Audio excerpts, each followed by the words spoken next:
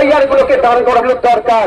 তার পরিবর্তে আমি পার্টি শব্দটাকে উইথড্র করে নিচ্ছি, সরি, আমি তার পরিবর্তে তুলনামূলক সিনিয়র ও অ্যাডভোকেটদেরকে না দিয়ে একটা লেভেলে দিচ্ছে, যাতে রকমভাবে ওই মামলাটা সুপ্রিম কোর্ট থেকে এখানে যারা জিতে চায় জিতে যেতে পারে, কিন্তু হতে দেওয়া যাবে না।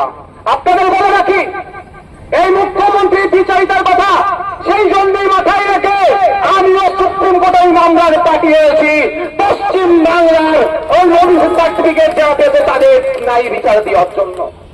বন্ধুগণ, শুধু যে বিষয়ে এসেছেন আপনারা আজকে সেই বিষয়ে বলেছে, আমি শুধু দুটো জিনিস অ্যাড করতে চাই। আজকে 22 বছরের তরতাজা ছেলে প্রসেন মন্ডল, তার সে নাকি চুরি করেছে, এই অপবাদে তাকে পিটিয়ে হত্যা করা হলো। আচ্ছা বলুন, যদি কেউ চুরিও করে নাই, অন্যায় করতে নিশ্চিত হবে, তার জন্য প্রশাসন আছে, আইন আছে, বিচার ব্যবস্থা আছে, কিন্তু আমাদের প্রসেন মন্ডলকে পিটিয়ে হত্যা করলো, এই সাহসটা পাচ্ছে কোথায়? সাহসটা পাচ্ছে আমার রাজ্যের প্রশাসনের যিনি প্রধান আছেন, সরকারের যিনি প্রধান আছেন, মাননীয় মুখ্যমন্ত্রীর জন্য।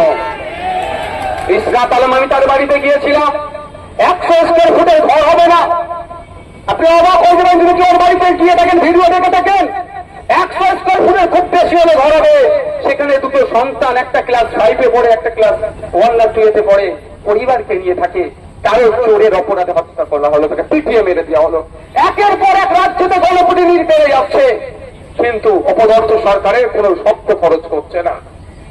তাই এখান থেকে জানিয়ে দিতে চাই, রাজ্য সরকারকে অবিলম্বে বিধানসভায় স্পেশাল বিধানসভা ডেকে এই গণপ্রতিনিধি রোধের জন্য সর্বোচ্চ শাস্তির ব্যবস্থা করে বিলকে পাস করানো হোক। সেখানে নওশাদ সিদ্দিকী সরকারের পক্ষে দাঁড়াবে।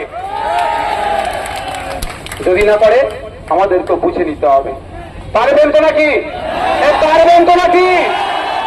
আমরা গণতন্ত্র